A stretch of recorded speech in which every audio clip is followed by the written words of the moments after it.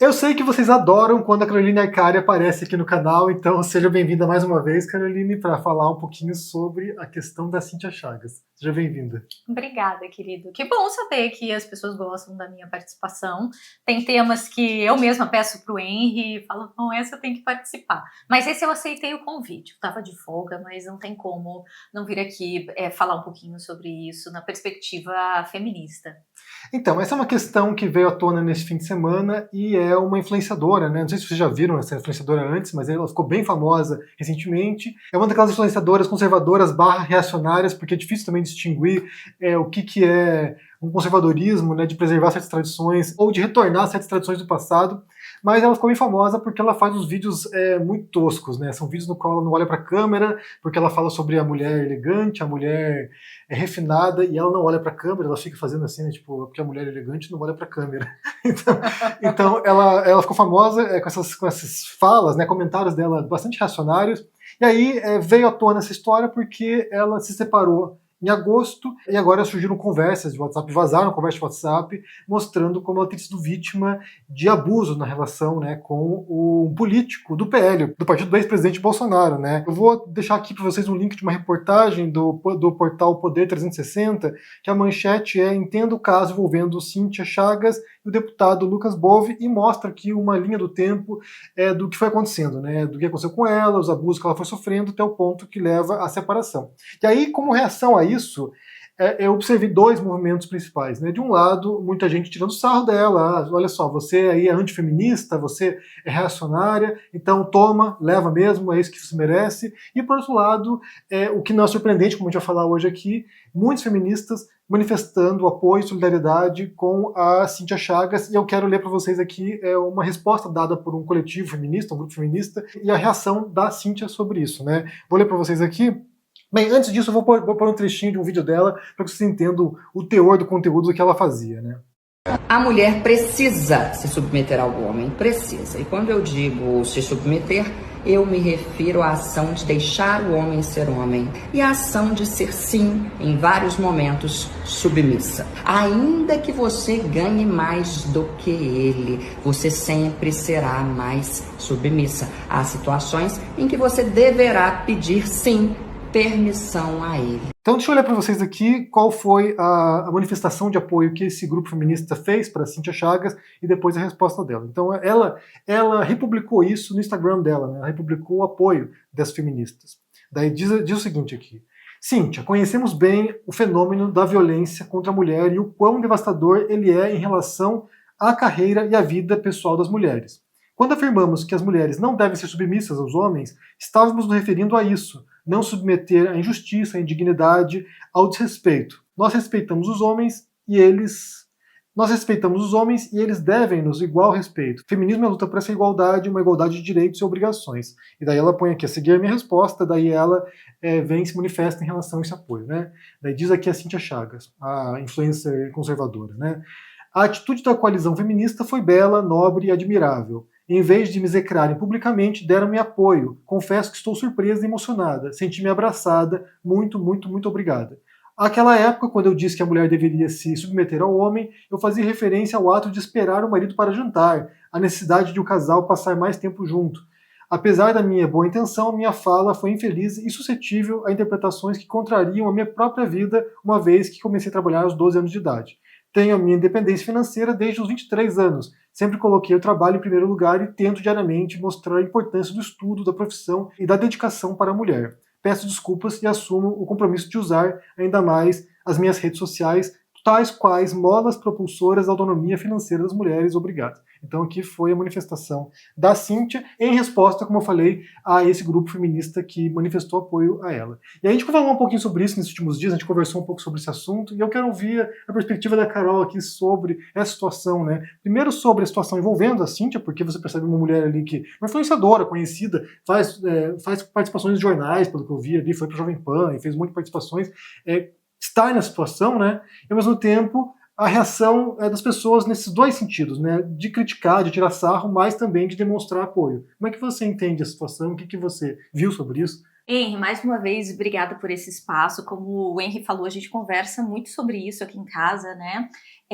E acho que esse posicionamento desse grupo, dessa coalizão feminista, já deixa muito claro que as feministas desejam para todas as mulheres, né? Então, esse era um ato que eu esperava das feministas, aquelas que estão conscientes sobre o próprio movimento, porque o feminismo ele é para todas as mulheres, até para aquelas que são antifeministas, até para aquelas que discordam do feminismo. Não que a gente deseje isso, porque a gente sabe as implicações, né, de não estar bem informada e apropriada sobre o patriarcado, sobre toda essa desigualdade e as violências que as mulheres sofrem no dia a dia, por mais que não sejam explícitas, mas são violências psicológicas, são violências patrimoniais, então isso está presente na vida das mulheres. A gente deseja que todas estejam conscientes, mas a gente tem que lembrar que a socialização feminina para a submissão, ela é muito forte, né?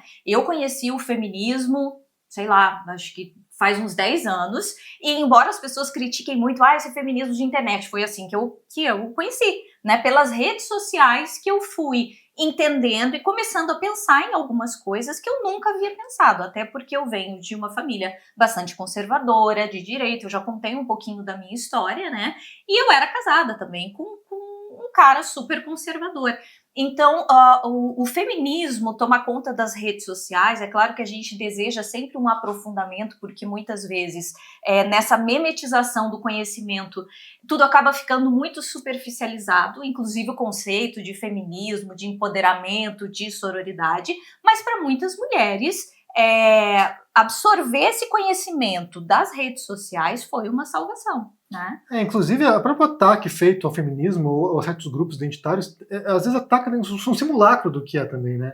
Tipo, não ataca de fato as ideias que estão propagadas, atacam essa imagem que é criada em torno dessa memetização do conteúdo. Então, se você tem uma militância que é virtual, que só está virtualmente mesmo, que não tem nenhum tipo de impacto real, e aí os ataques feitos acabam sendo nessa esfera mesmo de uma distorção do que realmente é o movimento, né? Exatamente. E eu acredito que esse caso, é claro que a gente tem que tomar muito cuidado ao falar sobre isso, né, Henry? Porque como ela é uma pessoa famosa, e como teve essa questão dela por muito tempo atacar o feminismo e agora ela ter sofrido uma violência, a gente não pode perder a mão e esquecer de falar desse abusador, né? Porque se a gente der uma passada nas redes sociais, é só o nome dela que está sendo veiculado. E a gente precisa falar também desse homem que cometeu essa violência, que é um político. Poderoso, parece. Poderoso, né? Exatamente. Então a gente tem que lembrar de também discutir sobre isso e não ficar só no caso da Cíntia ter sido antifeminista, não sei se ela é ainda, né? E, como eu disse para você, eu não esperava menos das feministas, e eu até vou ler uma frase que eu gosto muito, que é da filósofa Daniela Lima Barros. Ela diz assim: feminismo não é sobre amar todas as mulheres, mas sobre querer os mesmos direitos para as mulheres que amamos e para as mulheres que não amamos. Então a gente não precisa amar a Cíntia. Eu continuo não gostando do trabalho dela, eu acredito que ela é muito classista. A gente não precisa passar a amar a Cíntia porque ela sofreu essa violência, mas é muito interessante fazer esse exercício de saber que o feminismo também é para essas mulheres que pensam diferente da gente, que não conhecem o feminismo, inclusive que atacam o feminismo. É para todas as mulheres. E às vezes eu até acho um pouco incômodo quando as pessoas falam de muitas vertentes do feminismo, porque o feminismo, a luta das mulheres, ele é para ser para todas as mulheres, e ele é interseccional, senão ele não é feminismo, né? Então, quando as pessoas falam das vertentes e falam, não, o meu feminismo é interseccional. Interseccionalidade é uma categoria de análise, e o feminismo sempre se propôs a isso, embora historicamente vários grupos de mulheres, como as mulheres negras, como as mulheres pobres, como as mulheres lésbicas, tenham reivindicado e informado ao feminismo essas diferenças de necessidades e demandas, o feminismo ele tem que ser interseccional, ele tem que ser para todas as mulheres. E quando a gente fala de sororidade, nessa memetização do conhecimento, e esse conceito de sororidade acabou ficando muito superficial. Sororidade é isso, é desejar que e lutar para que todas as conquistas históricas das mulheres sejam para todas as mulheres, mas isso não quer dizer amar a próxima. você pode ter divergências, você pode rejeitar as ideias dessa mulher, você pode não gostar da personalidade dela, você pode continuar achando essa mulher um entojo. Então, feminismo não é você ser amiga de todas as mulheres. Eu já vi muitas mulheres aí discutindo nas redes sociais, tá faltando sororidade. A gente pode ser crítica, a gente pode discordar, a gente pode, inclusive, discordar firmemente. Até porque esperam uma certa docilidade das mulheres. Então, sororidade não é ser amiga, não importa o quê. Não tem a ver com amizade. Tem a ver com olhar para as mulheres e entender a sua condição dentro do patriarcado, né, de submissão. É sobre você estar atenta à condição de todas as mulheres e saber que nós sofremos os mesmos tipos de violência, não importa a classe, não importa a raça, existem as suas especificidades de acordo com a condição e a vivência dessas mulheres, mas todas nós sofremos em alguma medida a violência masculina. E isso me leva a pensar também, porque quando esse caso surgiu, muitas reportagens vieram à tona, muitas coisas são veiculadas, e eu pensei também que é interessante a gente revisar alguns outros conceitos. Por exemplo, alguns veículos de comunicação utilizaram, por exemplo, o termo violência de gênero, que a Cíntia sofreu violência de gênero. Outras reportagens falaram que ela sofreu violência contra a mulher, outras utilizaram violência doméstica, né? E é interessante a gente resgatar também esse conceito, porque durante muito tempo a gente falou de violência contra a mulher. E quando chegam os estudos de gênero, a gente começa a ver uma invisibilização e um apagamento do termo mulher e de tudo que tem a ver com essa nossa vivência, que é muito concreta, que é muito material. Então hoje os grupos feministas estão discutindo muito que se a gente usa o termo violência contra a mulher, a gente não está falando sobre quem perpetrou. E aí a gente apaga o autor dessa violência, né? Então violência contra a mulher, a gente coloca o foco na mulher, na vítima, e a gente deixa de falar porque não foi qualquer pessoa que cometeu essa violência, assim como o termo violência de gênero.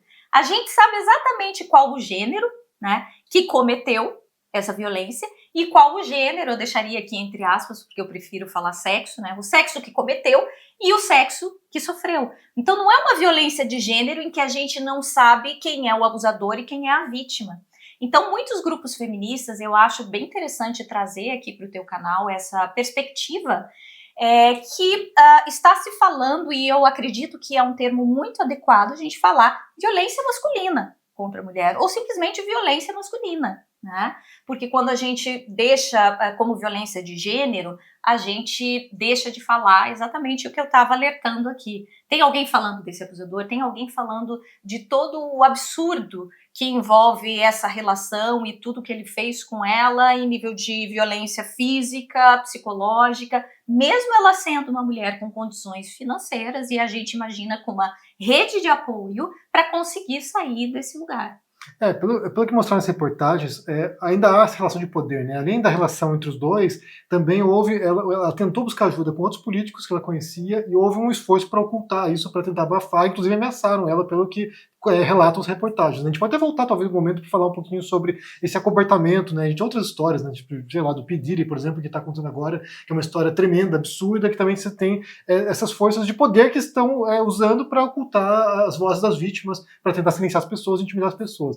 Mas uma outra coisa que me passou pela cabeça, né, vendo as reportagens, inclusive até a resposta que ela deu ali, agradecendo o grupo das mulheres, as feministas que se manifestaram em relação a ela dizendo que ela vai usar a voz que ela tem para ajudar as mulheres a se empoderarem. Ela não fala o uso do termo empoderar, mas ela usa ali para, sei lá, autonomia financeira, essas coisas.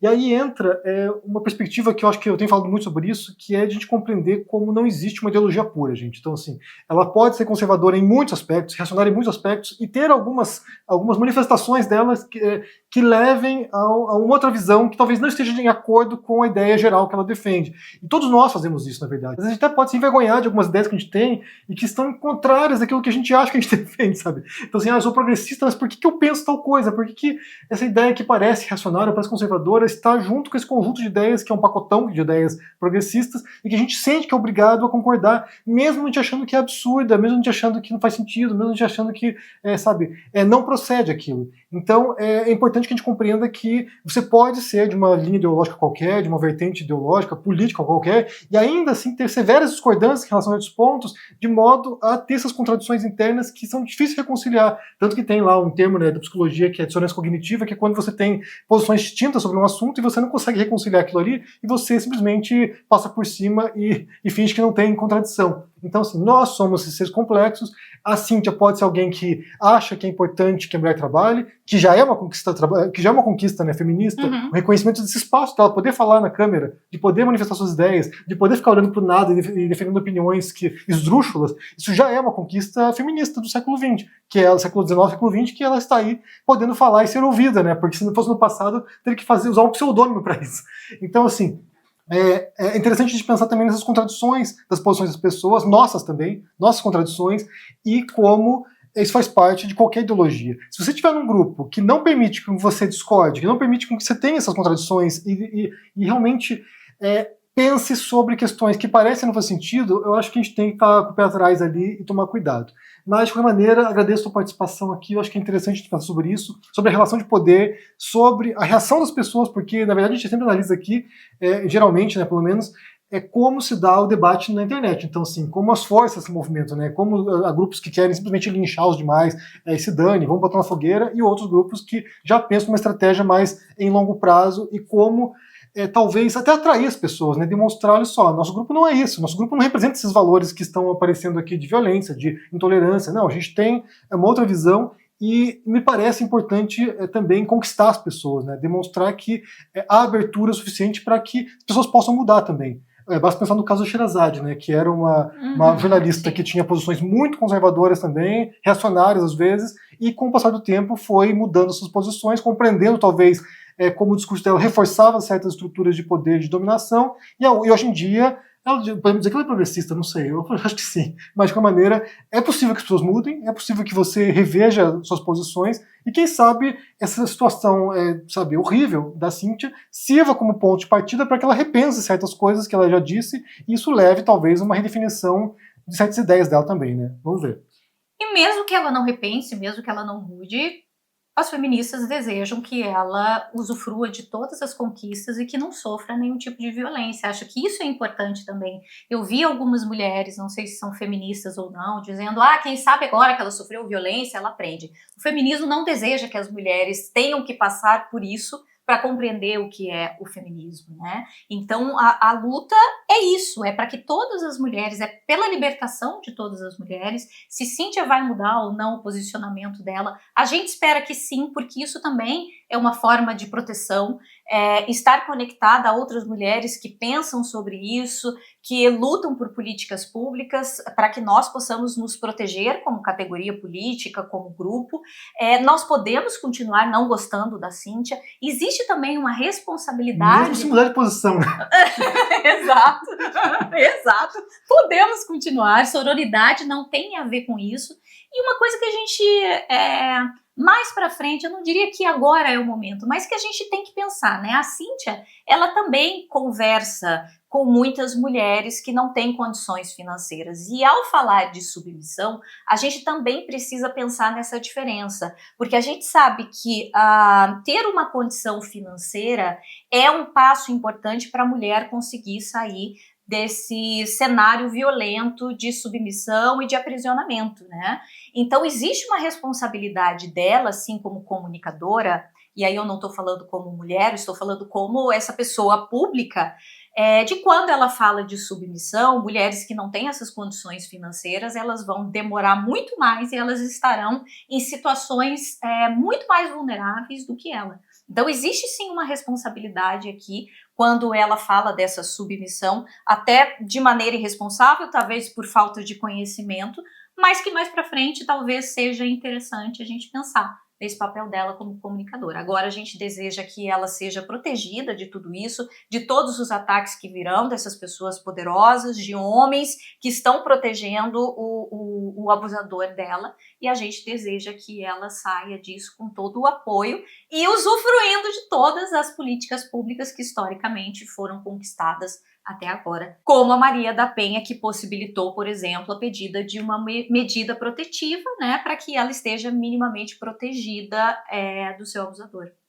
Bem, obrigadão pela participação aqui, Carol. A gente ama quando você vem para cá. Obrigada, então, querida. Obrigado mais uma vez por estar aqui. Me digam o que vocês pensam sobre essa história, se vocês viram alguma coisa sobre isso, como é que vocês viram as reações das pessoas também na rede social, se vocês viram também demonstrações de apoio ou de crítica, deixa aqui embaixo no comentário, deixa o joinha, se inscreva no canal aqui, ativando o sininho. Só lembrando que a Carol tem um curso de educação sexual que ela está ministrando nesse momento, então, assim, quer falar um pouquinho sobre isso? Onde te encontrar? Isso mesmo, Henry. Inclusive, não tem como esse curso não trazer essa perspectiva feminista, né? Porque a gente fala da proteção de crianças e adolescentes por meio da educação sexual, né? Que não é só falar sobre atividade sexual, prevenção de IST, mas é falar sobre autoestima, sobre a igualdade entre os sexos, sobre como educar meninas e meninos em uma cultura que tem tanta desigualdade. Então, esse curso, ele é muito interessante, é um curso profissionalizante, tanto que ele é reconhecido pelo MEC, e a gente passa por todos os conceitos, desde sexualidade, como falar com crianças e adolescentes, que tipo de literatura pode ser lida para que essa discussão aconteça tanto dentro da família, embora seja um curso profissionalizante, a gente tem muitos pais e muitas mães se aprofundando nesse tipo de conhecimento para saber como criar e educar crianças que estarão protegidas, que tenham ferramentas para fazer boas escolhas, para que tenham também um plano de vida desconstruindo esses estereótipos de gênero, né, que colocam meninas e meninos para que obedeçam certos comportamentos, no caso da menina, a submissão, a docilidade, o menino para mostrar sua virilidade, para ser poderoso, para ser agressivo. Então, como é que a gente desconstrói isso para que a gente possa educar crianças mais protegidas e que tenham um desenvolvimento saudável também?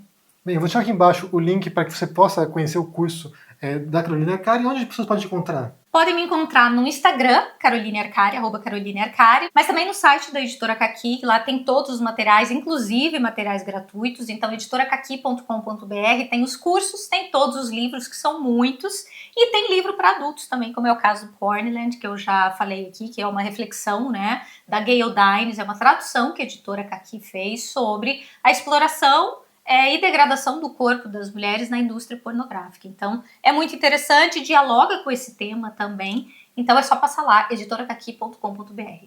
Beleza, vou deixar os links aqui na descrição. Se cuidem por aí e até mais. Tchau. Eu já errei muito na internet. Pode ter certeza disso. A verdade é que eu levei muito tempo para entender que eu estava cego pelo ódio. E que isso me levava a falar coisas sem pensar, sem estudar, apenas para impactar. Mas eu passei por um processo de mudança e mudei. E decidi que eu ia lutar para compensar e corrigir os meus erros do passado. E eu quero contar tudo isso em detalhes para você. Não só a história desse encontro, mas toda a minha trajetória. Em detalhes que eu nunca contei para ninguém. Por isso vai acontecer um encontro histórico no ICL e você é meu convidado.